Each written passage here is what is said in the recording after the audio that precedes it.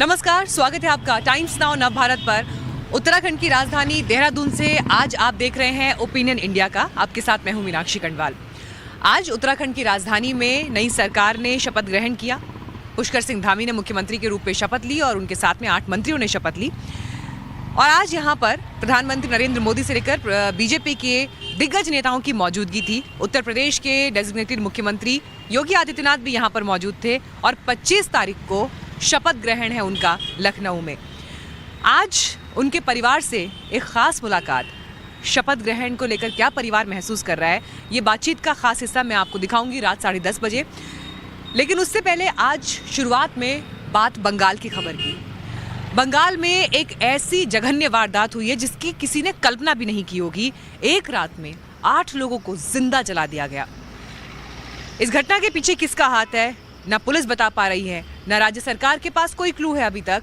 लेकिन times now नव भारत की टीम ने एक इन्वेस्टिगेशन किया है और इस इन्वेस्टिगेशन में जो सच सामने आया वो आपको देखना चाहिए।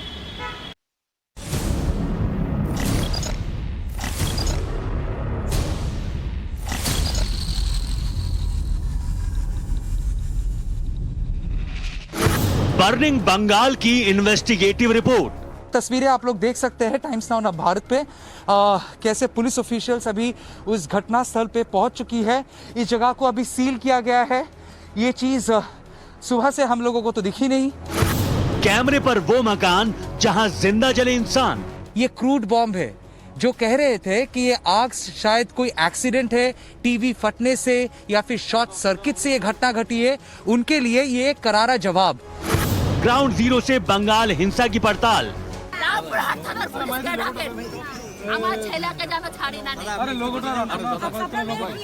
घर के अंदर अगर प्रवेश करे तो आपको एक आग की जो एक हीट है वो आप महसूस कर पाएंगे। और ये जो बेडरूम है, बेडरूम में पूरा आग लगाया गया था और आग अभी भी दिख रहा है। 8 लोगों के जिंदा जलने की इनसाइड स्टोरी। अगर कोई इंसान घर में फंसे हुए हो और घर में आग हो, वो बाहर क्यों नहीं निकल पाए? 7 लोग बैठे नहीं थे कि वो जल के राख हो जाएंगे, मर जाएंगे। आत्महत्या नहीं थी ये। आग से राख घर, जगह जगह बिखरा सामान, टूटे हुए बर्तन गवाह हैं उस अग्निकांड के जिसमें 8 लोगों को जिंदा जला दिया गया।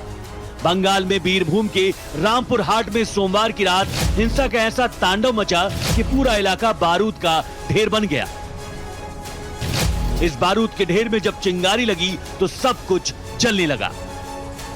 आरोप है कि लोगों के घरों पर पहले बम बरसाए गए, बाद में उन्हें घर के अंदर बंद कर बाहर से आग की लपटों के हवाले कर दिया गया।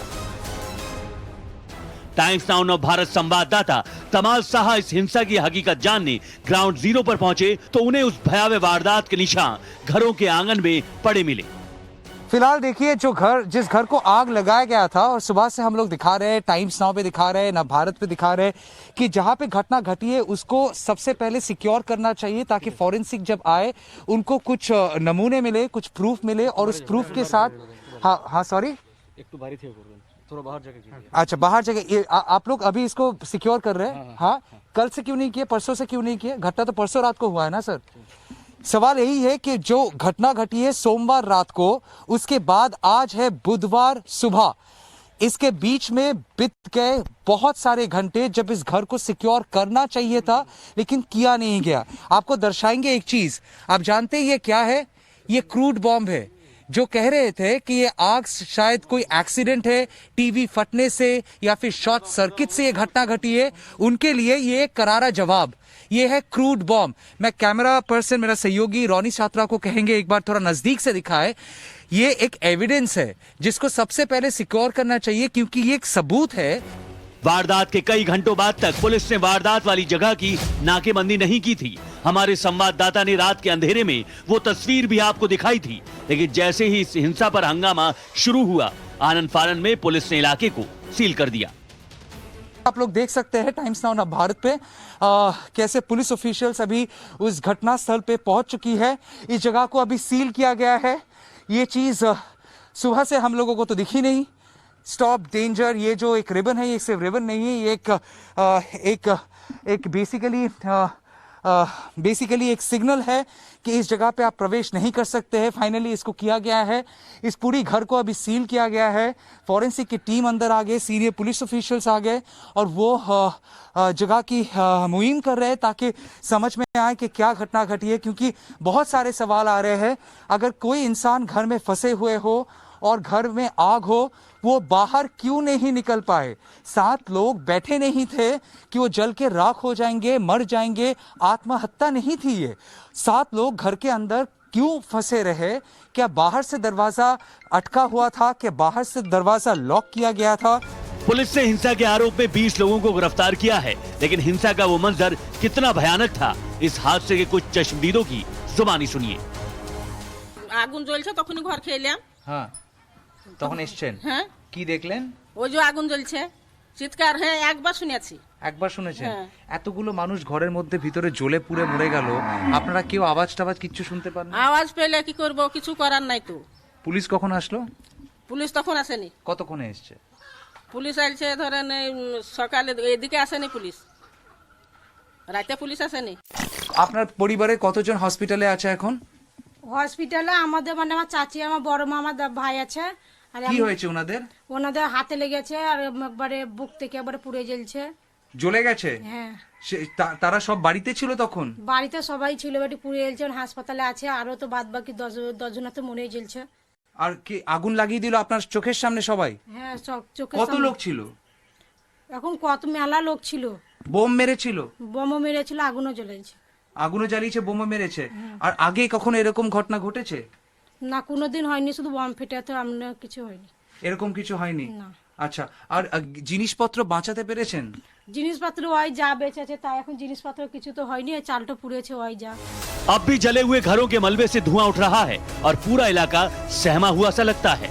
फाइनली पुलिस इस जगह पे हमारी शायद रिपोर्ट को देख के या फिर कॉग्निजेंस लेके इस जगह को सिक्योर कर दिया गया है, बैरिकेड्स लगा दिया गया है, क्योंकि ये कैसे घटी, क्या हुआ था, ये जानना बहुत जरूरी है। सिर्फ 8 लोग एक ही घर में जल के राख हो गए ये बात नहीं। बहादुर शेख जो तृणमूल कांग्रेस के पंचायत सदस्य थे, नेता थे, वो भी मर गए। कैसे मरे ये जानना भी जरूरी है। और सिर्फ ये 8 लोग, ये 9 लोगों के बारे में नहीं है। बहुत सारे लोग अभी घर छोड़ के चले गए। बहुत सारे लोग ऐसे हैं जो दहशत में रह रहे हैं। सोमवार को यह हिंसा उस वक्त भड़की जब टीएमसी के एक नेता की कुछ लोगों ने हत्या कर दी। अब बीरभूम हिंसा पर सियासत गर्मा गई है। बुधवार को लेफ्ट दलों के साथ बीजेपी की टीम ने शुभेंदु अधिकारी के नेतृत्व में हिंसाग्रस्त इलाके का दौरा किया। गृह मंत्री अमित शाह ने 72 घंटे के अंदर मामले की रिपोर्ट मांगी है। मैं बंगाल के लोगों से भी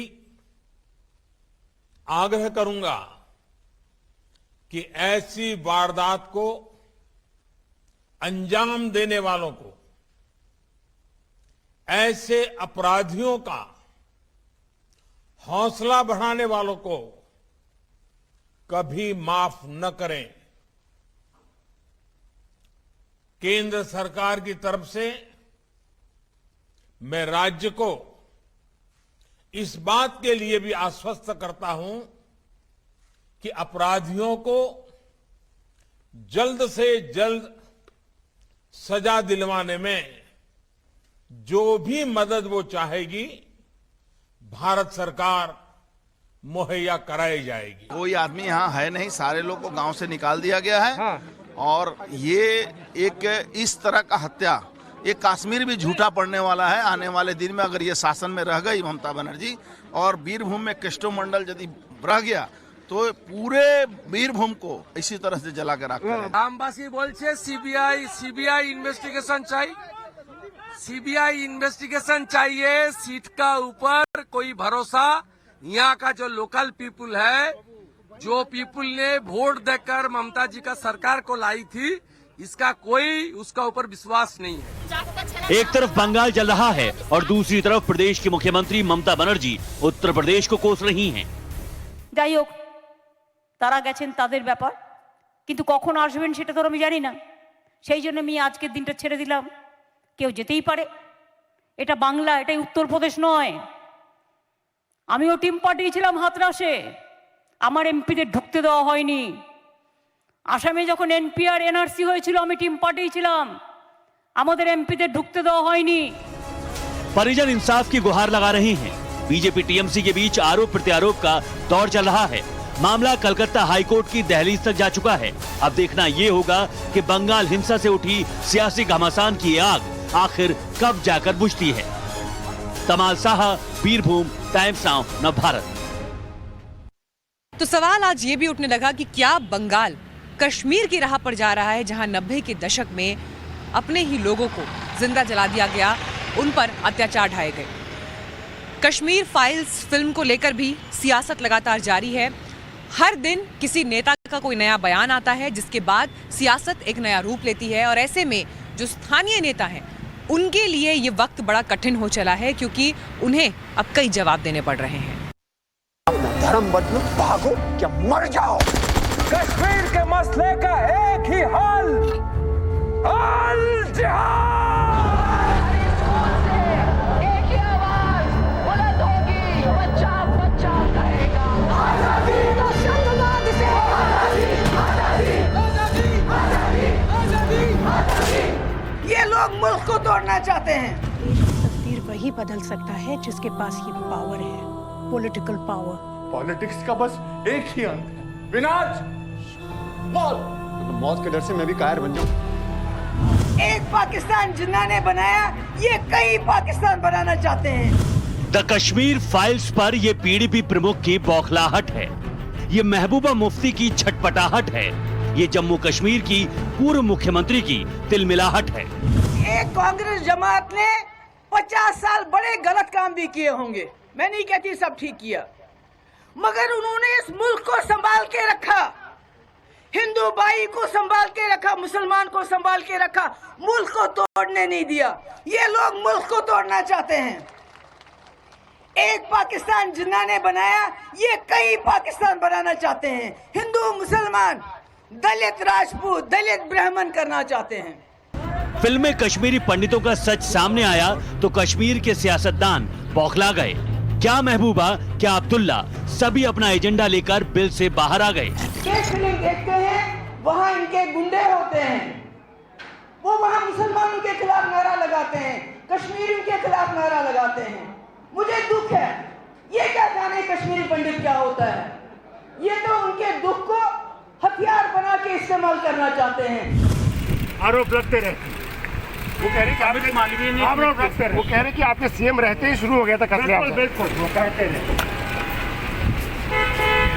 तो आपको लगता है कमीशन अगर अपॉइंट होता है तो सच्चाई सामने आ पाएगी? उसमें बिल्कुल आएगी, क्यों नहीं आएगी। उसमें तरह तरह के झूठ दिखाए गए हैं, बिलखसूस उस वक्त की हुकूमत के बारे में। हमारे लोग मर रहे हैं सर। जम्मू कश्मीर के नेता द कश्मीर फाइल्स को एजेंडा फिल्म घोषित कर रहे हैं, लेकिन सबसे ज्यादा फजीहत देश की सबसे पुरानी पार्टी कांग्रेस की हो रही है। जम्मू कश्मीर के सीनियर कांग्रेस नेता और गांधी परिवार के बेहद करीबी माने जाने वाले करण सिंह के बेटे विक्रमादित्य सिंह ने कांग्रेस छोड़ दी, क्योंकि कश्मीरी पंडितों पर कांग्रेस के रवैये से वो सहमत नहीं है। जो विवाद कश्मीरी पंडित भाइयों को लेके दोबारा से उठा है, उसको लेके भी कई कांग्रेस नेताओं का जो रवैया रहा कि भाई नहीं, ये लोग अपनी मर्जी से छोड़ के गए और इनकी कोई मजबूरी नहीं थी, इनके ऊपर कोई दबाव नहीं था। तो मैं समझता हूँ कि बहुत ही एक शर्मनाक और एक दुख दर्द बात है कि जो ग्राउंड रियलिटी है उससे इतने कटे हुए हैं कांग्रेस लीडरशिप और कांग्रेस पार्टी कि मेरा उनके साथ बने रहना संभव नहीं था। फिल्म पर एक ट्वीट से कांग्रेस कुछ इस तरह फंसी कि अब उसके अपने ही उसका साथ छोड़ रहे हैं। हालांकि इतने दिन बाद भी राहुल गांधी चुप्पी साधे हुए हैं, वही राहुल गांधी जिन्होंने पिछले साल ही खुद को कश्मीरी हिंदू बताया था।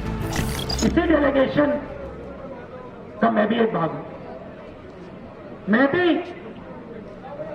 मेरा परिवार भी कश्मीरी पंडित है।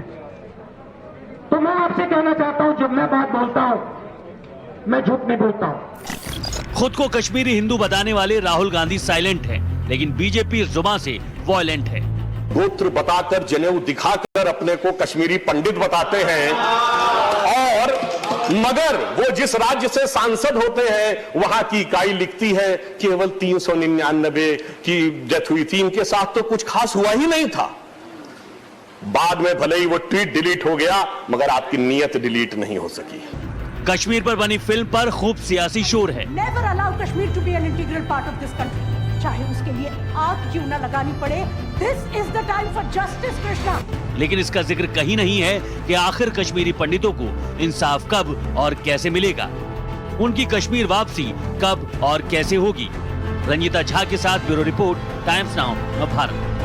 पंचतंत्र लिखा गया वो कश्मीर हमारा। आइए बढ़ते हैं आगे और अब जो खबर हम आपको दिखाने जा रहे हैं वो देश के हर नागरिक को जरूर देखनी चाहिए।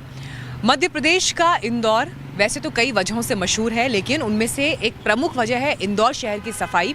और सफाई के मामले में 2 बार इंदौर नंबर 1 भी रह चुका है। लेकिन आखिर ऐसा क्या है इंदौर के भीतर जो सफाई के मामले में उसे अव्वल बनाता है, आज ये रिपोर्ट आपको बताएगी।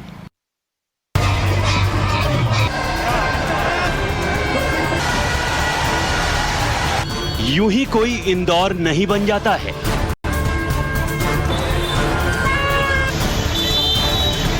बल्कि इंदौर बनने के लिए सफाई को लेकर ऐसी सोच, ऐसी मेहनत, ऐसा जज्बा और ऐसी लगन जब एक साथ मिलते हैं, तब जाकर इंदौर देश में सफाई के मामले में पहले पायदान पर आता है, वो भी लगातार 5वीं बार।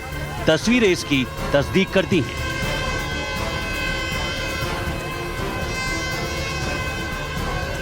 सतत ये अनवरत ये यात्रा चल रही है, लेकिन 2 वर्ष से कोरोना काल था।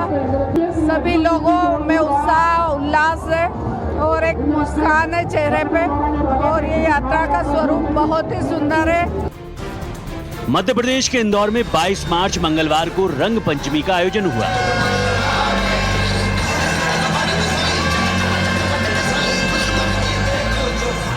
स्थानीय गेर यात्रा निकाली गई।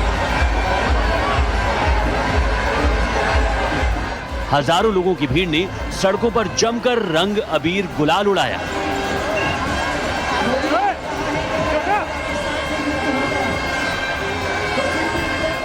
ऐसी होली के बाद अगर देश के बाकी शहर होते तो वहां सड़कों के हालात क्या होते, अंदाजा लगाना मुश्किल नहीं। अब जरा इस होली के बाद इंदौर की सड़कें देखिए।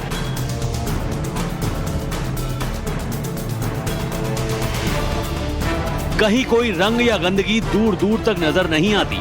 ये कोई चमत्कार नहीं, बल्कि स्थानीय प्रशासन की मुस्तैदी है।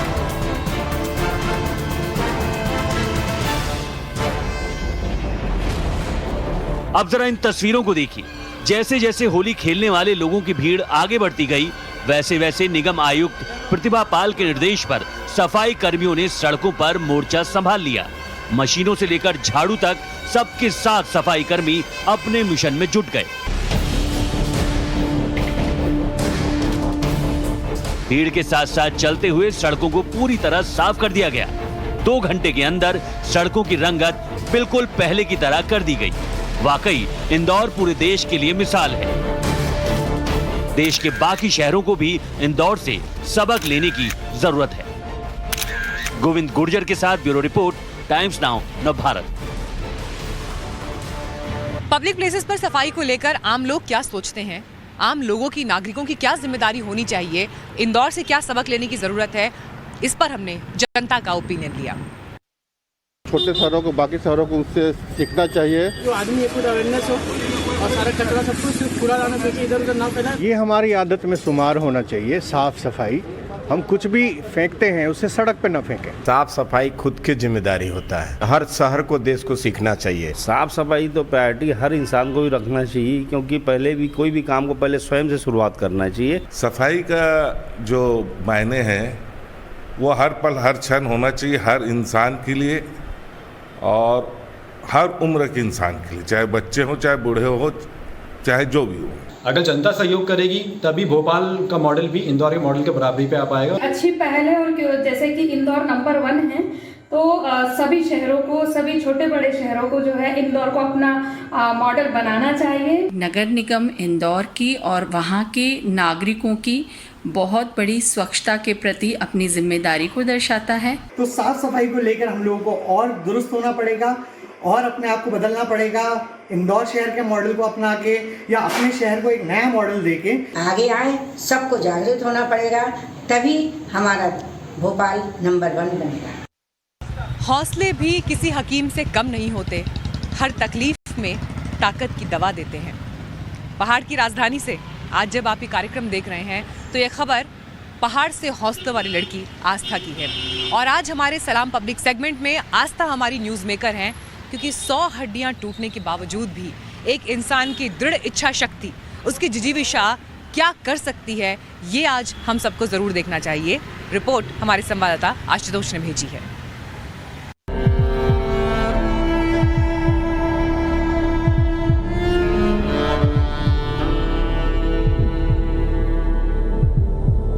याद नहीं कितने फ्रैक्चर्स हो चुके हैं, बट आई डोंट थिंक कि 100 से कम होंगे।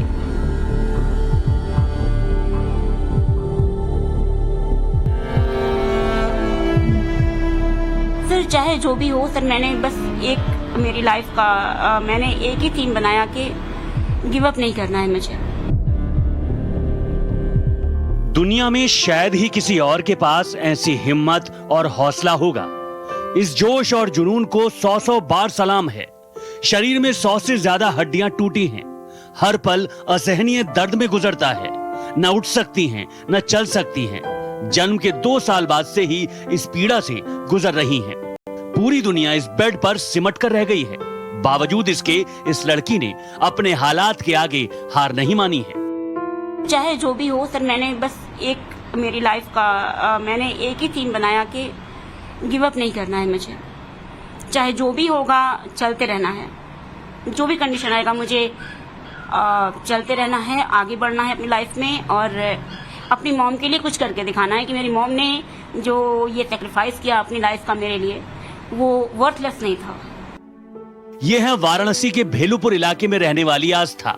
आस्था ऑस्टियोजेनेसिस इम्परफेक्टा डीएच नाम की एक ऐसी बीमारी से पीड़ित हैं जिसका कोई इलाज नहीं है। शरीर में अब तक 12 से ज्यादा ऑपरेशन हो चुके हैं।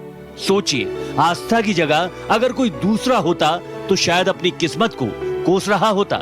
लेकिन जब आप आस्था के फौलादी इरादों की कहानी सुनेंगे तो उसकी दाद दिए बिना नहीं रह सकेंगे। सर मैं एम्बुलेंस में लेट करके जाती थी सर, तो जाने से 2-3 दिन पहले ही वहाँ के जो इन्वेस्टिगेटर होते थे और जो प्रिंसिपल स्कूल के, उन लोगों से बात हो जाती थी कि एम्बुलेंस आएगी, लड़की लेटी रहेगी और उसको क्लास तक स्ट्रेचर पे लेटा के ही ले जाया जाएगा। सारी बातें पहले से हो जाती थी। तब सर उस दिन हमको एंट्री मिलती थी, वरना जहाँ से पीएमटी जैसा एग्जाम हो रहा हो वहाँ पर सर कैसे ही एंट्री मिलेगी किसी भी गाड़ी को।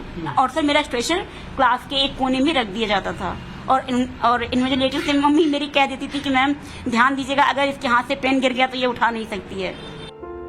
इतनी दिक्कत परेशानियों के बावजूद आस्था के चेहरे से कभी मुस्कान नहीं हटती। अभी भी सर मेरा पैर में बहुत दर्द है, मेरी उंगली जो टूट गई कल रात, तो लेकिन सर मैंने पेन किलर नहीं खाया, मरता क्या न करता वाली कंडीशन में हूँ मैं।